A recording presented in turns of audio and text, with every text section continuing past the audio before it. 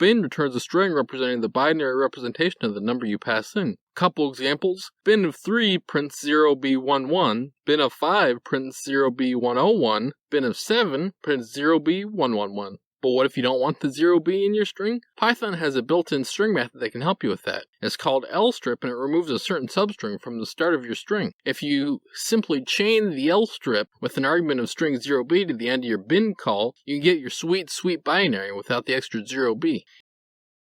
The oct function in Python converts a number to its octal string representation. If you pass 63 into oct, you get back the string 0077. If you're unfamiliar with bases other than base 10 or decimal, octal is similar to base 10. In base 10, every place has a value 10 to some power. All that's different in octal is that every place has a value of 8 to some power. So 0077 is 7 times 8 to the 0th power, plus 7 times 8 to the first power. In other words, it is 7 plus 56, or 63. Like and subscribe to learn more.